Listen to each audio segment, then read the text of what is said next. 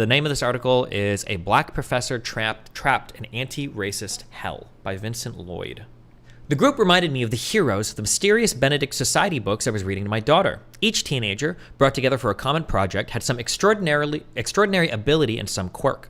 One girl from California spoke and thought at machine gun speed and started collecting pet snails during the pandemic. Now she had more than 100. A girl from a provincial school in China had never traveled to the United States, but had mastered unaccented English and was in love with E.M. Forster.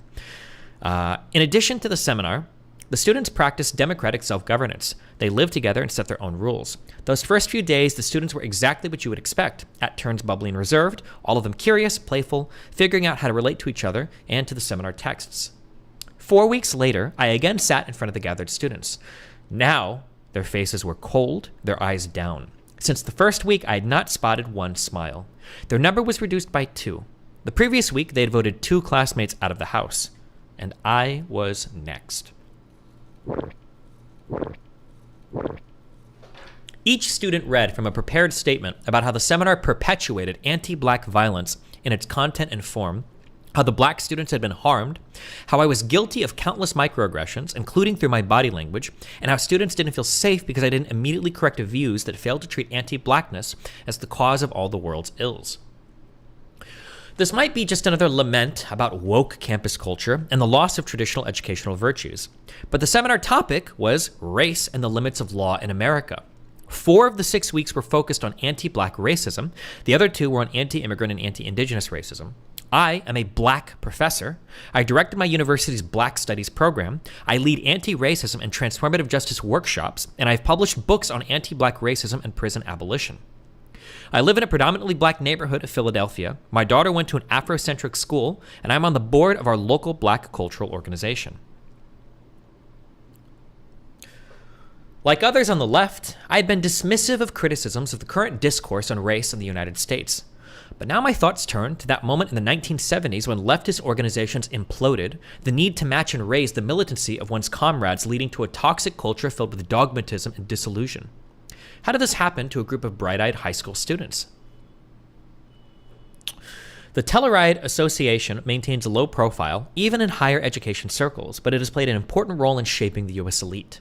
Its alumni are ideologically diverse, queer theorists Eve Sedgwick and post-colonial theorist Gayatri Spivak, its first female member. Georgia politician Stacey Abrams and journalist Walter Isaacson, neoconservatives Paul Wolfowitz and Francis Fukuyama, who served on Telluride's board. Launched by mining entrepreneur L.L. Nunn in 1911, a few years before he founded Deep Springs College, Telluride aims to cultivate democratic communities among high school and college students. It runs houses near Cornell and the University of Michigan, where students receive scholarships, govern themselves, and incorporate intellectual life and service work into their residential communities. In 1954, Telluride started its high school summer program. Over the years, faculty from many leading U.S. universities have taught for the program. Courses have changed with the times. Conflicting Ideals of Communism and Democracy was taught in 1956. The professor Robert Nozick taught Philosophical Conceptions of Liberty in 1965, and in more recent years, topics have included Gods and Heroes of the Celts and Vikings, Public Poetry in a Digital World, Literature, Literatures of the Security State, and Freedom Summer. In 2014, I taught Race and the Limits of Law for Telluride's Ithaca location. The first few days were exactly like my 2022 seminar. Students came with extraordinary abilities, they asked probing questions, and they were sometimes awkward. Then, as the 6 weeks went by, I could see the students forming bonds with each other and with me, and I could see their commitment to the course. They always showed up on time, they always did the work. My daughter turned one during the seminar, and not knowing anyone in town, we had the students over to the house we were staying at for her birthday party. It happened across the Telluride, I think, right? It happened across the Telluride website 6 years later, and was surprised to see my picture from the birthday party. I happened across the Telluride website 6 years later, and I was surprised to see my picture from the birthday party on the front page. With those fond memories, and with excitement at the prospect of revisiting thorny questions about race after the national conversation had changed so much because of Black Lives Matter. Telluride, is that it? I reached out to Telluride to explore teaching the seminar again. Telluride seminars are co-taught. My seminar was taught with my wife, a lawyer, and Indigenous Studies professor. In the wake of the George Floyd protests, a group of Black Telluride alumni pressured the association to examine the racism that they claimed was baked into the organizational culture. We have all experienced anti-Blackness within the association and through its programs, their open letter said. The result was a redesign of the summer seminars. Telluride would now offer only critical Black studies and anti-oppressive studies seminars. The former would seek to focus more specifically on the needs and interests of Black students. The seminar I taught, Race and the Limits of Law, would be classed with the latter. In this, Telluride continued a pattern of tracking liberal values as they evolved. It offered courses on race since the 1950s, and the Ithaca House was known as the most liberal living unit on campus. The 1970s because of its relative early acceptance of Jewish, Black, and female students. In 1993, at the height of U.S. multiculturalism, Telluride began offering a new stream of seminars focused on race and difference and aimed at underrepresented students. But perhaps the implosion of my Telluride seminar suggests that this final step, centering Blackness, tempts the U.S. elite, and particularly U.S. elite educational institutions, to take a step too far, a step into incoherence, or worse. At the Cornell location, students live in the same house while participating in two different seminars. In 2014, participants in the two seminar groups lived their lives together seamlessly outside of the seminar, exploring Ithaca and the Cornell campus, eating and laughing together, and setting up a system to govern their community together. In 2022, however, I was told that the critical Black studies students would live and learn separately, creating a fully Black space. My anti-oppressive studies students were separated from them. Instead of participating in a summer community of 32 high school students, my group was to be a community of 12 that would dwindle to 9 by the time of the mutiny. Furthermore, in the 2022 community, afternoons and evenings would no longer be spent having fun and doing homework. Two college-age students called factotums, led by one that I'll call Keisha, were assigned to create anti-racism workshops to fill the afternoon. There were workshops on white supremacy, on privilege, on African independence movements, on the thought and activism of Angela Davis, and more, all of which followed an initial day-long workshop on transformative justice. Students described the workshops as emotionally draining, forcing the high schoolers to confront tough issues and to be challenged in ways that they'd never been challenged before. I'm no stranger to anti-racism workshops. I've participated in many of them, and I have facilitated them myself. But the Telluride workshops were being organized by two college-age students, filled with the spirit of the times. From what I gleaned, they involved crudely conveying certain dogmatic assertions, no matter what topic the workshops were ostensibly about. Some of these were, experiencing hardship conveys authority. There is no hierarchy of oppressions except for anti-Black oppression, which is in a class of its own. Trust Black women. Prison is never the answer. Black people need Black space. Allyship is usually performative. All non-Black people and many Black people are guilty of anti-Blackness, and there is no way out of anti-Blackness. The seminar forum pulls against the form of the anti-racism workshop, and Telluride was trying to have them both at once. By its nature, a seminar requires patience. Day by day, one intervention builds on another, as one student notices what another student overlooked, and as the professor guides the discussion towards the most important questions. All of this is grounded in a text. Specific words, phrases, arguments, and images from a text offer essential friction for conversation, holding seminar participants accountable to something concrete. The instructor gently, ideally almost invisibly, guides discussion towards what matters. The seminar assumes that each student has innate intelligence, even as we come from different backgrounds, have different amounts and sorts of knowledge and different skills. We can each be formed best if we take advantage of our differing insights to push each other over time again and again. When this practice is occasioned by carefully curated texts, not exclusively great books, but texts that challenge each other and us as they probe issues of essential importance, a seminar succeeds. A seminar takes time. The first day, you'll be frustrated. The second and the third day, you will be frustrated. Even on the last day, you will be frustrated, though ideally now in a different way. Each intervention in a seminar is incomplete and gets things wrong. Each subsequent intervention is also incomplete and also gets things wrong. But there are plenty of insights and surprises for each participant looks at a text with different eyes. It is tempting to add, such as life, such as democratic life. We each have different partial knowledge. We each get things wrong over and over. At our best, we enter the fray by listening to each other and complimenting and challenging the insights of our fellows. In the process, over years, decades, we are oriented towards truth and justice. If the seminar is slow food, the anti-racist workshop put on by college-age students is a sugar rush. All the hashtags are there, condensed, packaged, and delivered from a place of authority. The worst sort of anti-racist workshop simply offers a new language for participants to echo, to retweet out loud. Students at Telluride experienced two styles of learning next to each other, but also two different cultures. From the initial transformative justice workshop, students learned to snap their fingers when they agreed with what a classmate was saying. This practice immediately entered the seminar and was weaponized. One student would try out a controversial or just unusual view, silence. Then another student would repeat a piece of anti-racist dogma, and the room would be filled with the click-clap of snapping fingers. During the first week of the 2014 iteration of the seminar, focused on slavery, a Chinese-American student pointed to a movement in our text where white slave owners were providing food for the enslaved and suggested this showed that there were two sides to the issue of slavery. Before I formulated a way to turn his intervention into a stepping stone towards more sophisticated discussion, two students spoke up with other evidence from the text suggesting that slavery is a moral abomination unworthy of both sides' discussion. By the end of the seminar, the initial student, who seemed like he might have a wavering moral compass, expressed a newfound commitment to justice.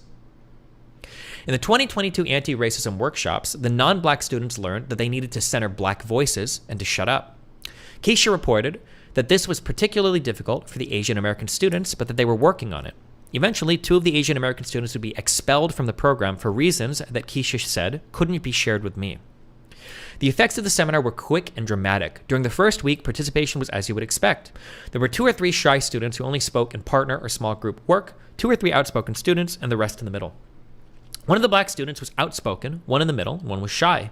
By the second week of the seminar, the 2 white students were effectively silent. 2 of the Asian American students remained active, the ones who would soon be expelled, but the vast majority of interventions were from the 3 black students. The 2 queer students, one Asian and one white, were entirely silent. The black students certainly had interesting things to say and important connections to make with their experiences and those of their family members, but a seminar succeeds when multiple perspectives clash into each other, grapple with each other, and develop, and that became impossible. In their transformative language workshop, my students learned to name harms. This language and the framework it expresses comes out of the prison abolition movement. Instead of matching crimes with punishments, abolitionists encourage us to think about harms and how they can be made right, often through inviting a broader community to discern the impact of harms, the reasons they came about, and paths forward. In the language of the anti-racism workshop, a harm becomes anything that makes you feel not quite right. For a 17-year-old at a highly selective, all-expenses-paid summer program, newly empowered with the language of harm, there are relatively few sites at which to use this framework. My seminar became the site at which to try out and weaponize this language.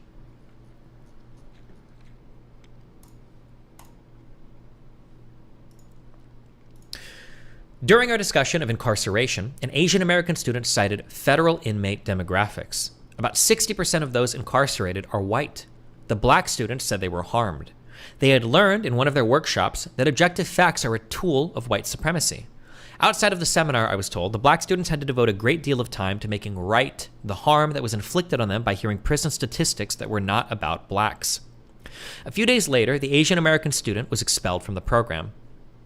Similarly, after a week focused on the horrific violence, death, and disposition inflicted on Native Americans, Keisha reported to me that the black students and their allies were harmed because we hadn't focused sufficiently on anti-blackness.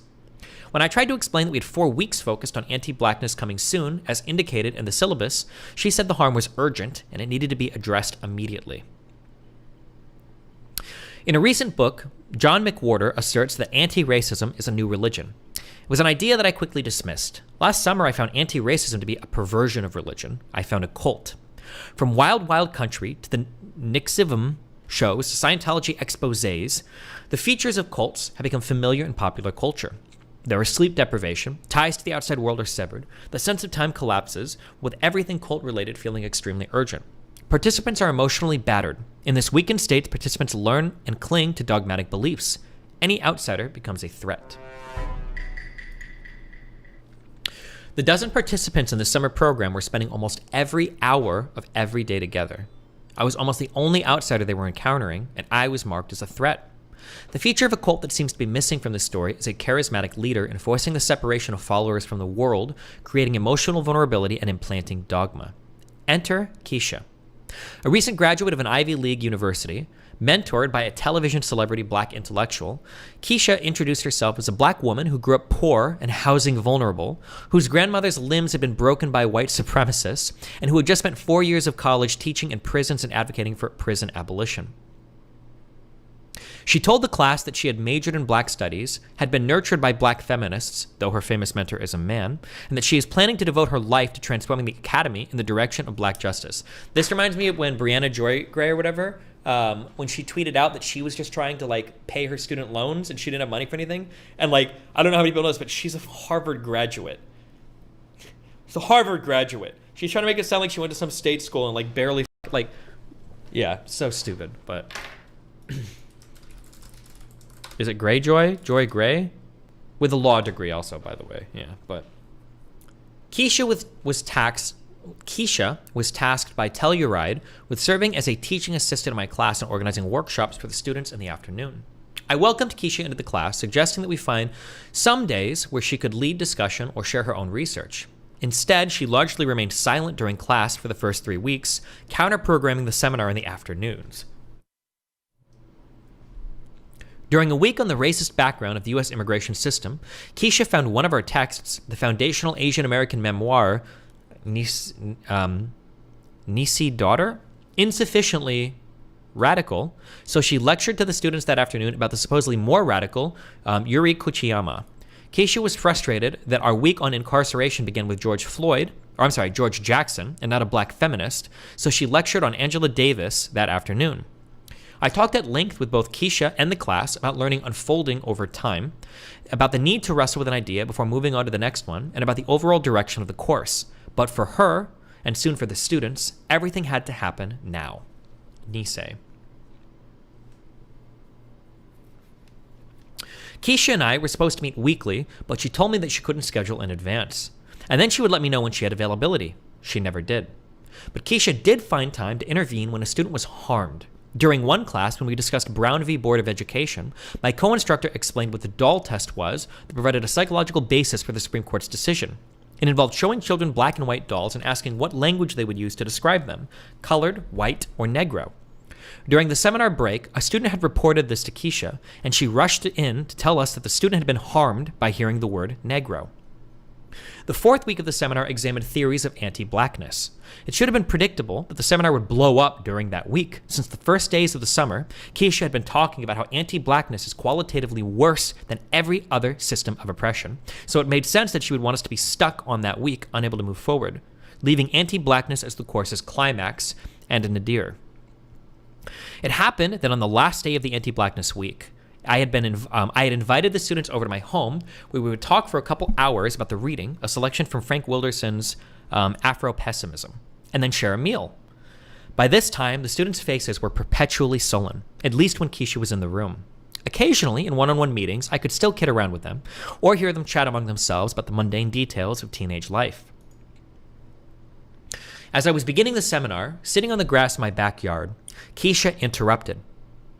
I think you should start with a lecture offering context for this reading and telling us the main points. I reminded the class of the seminar format, of the reasons for it, and the snippets of pedagogical theory that we had read and discussed together, exploring the value of the seminar.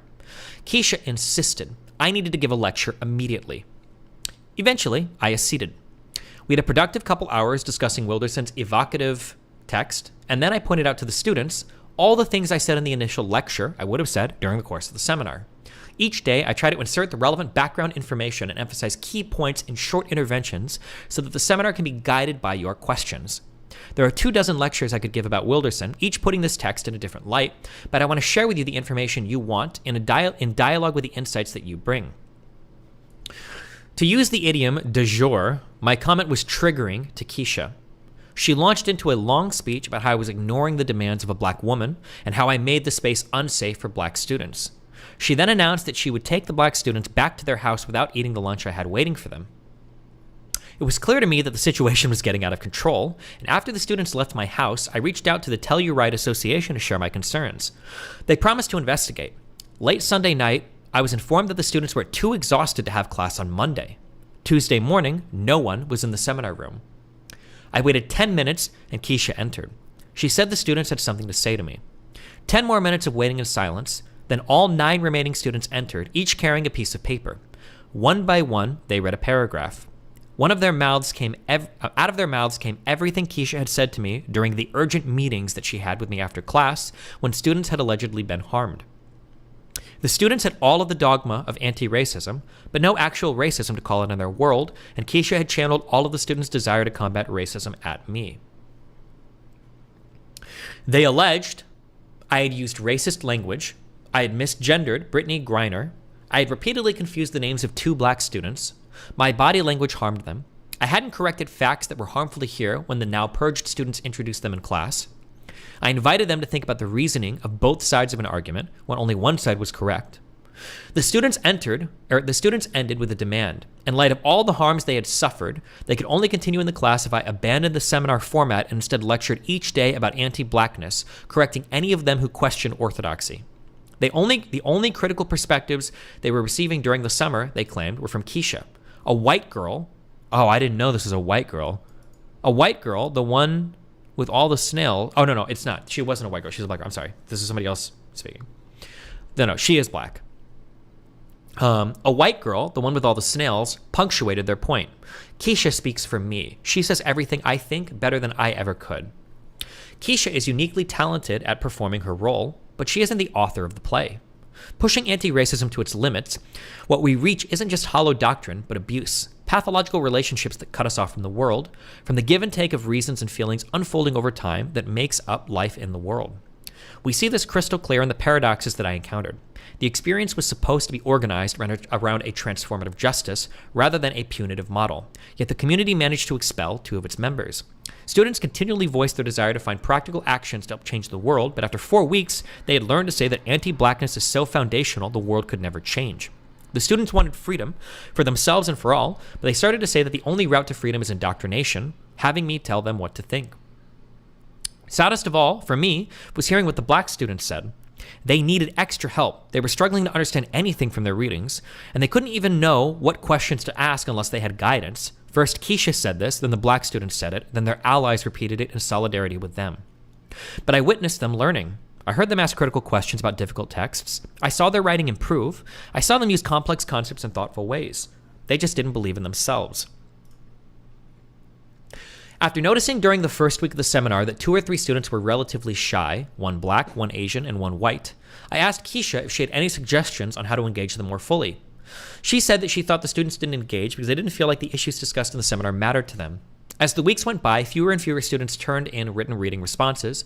Fewer and fewer students showed up on time. They fell asleep in class, and they would walk out for extended snack breaks in the middle of the class. The seminar can't be sustained at Telluride or in the university itself if we understand it as something you enter when you feel like it, stay in as long as your beliefs go unquestioned, and leave when you become uncomfortable.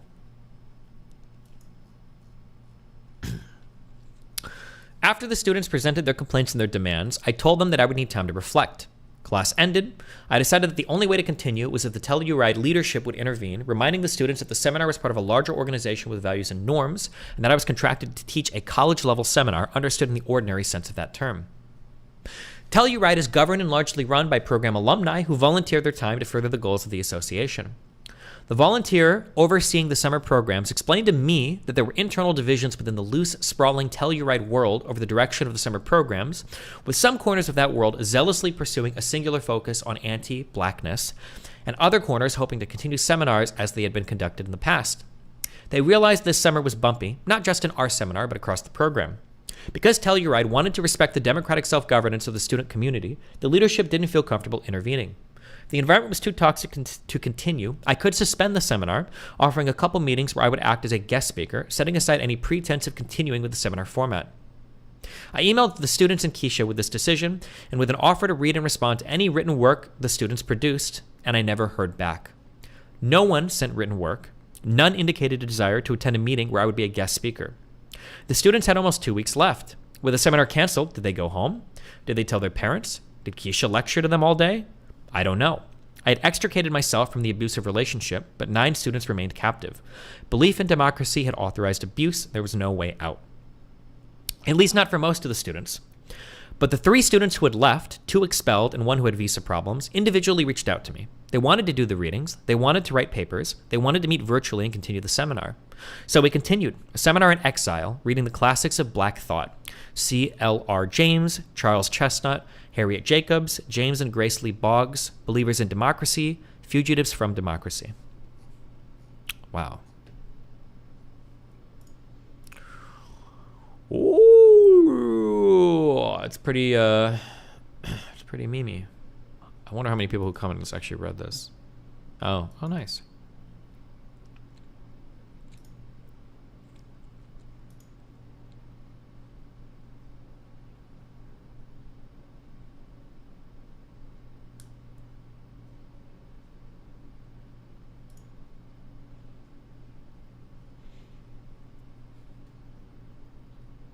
Jesus. What President Sunday have to say about this? True. No shot. This can't be real. Some school districts are doing away with honors classes, which has made some parents unhappy. The high school, they argued, should reinstate honors English classes that were eliminated because it didn't enroll enough Black and Latino students. Jesus. The district this year replaced the honors classes with uniform courses that officials say will ensure students of all races receive an equal, rigorous education.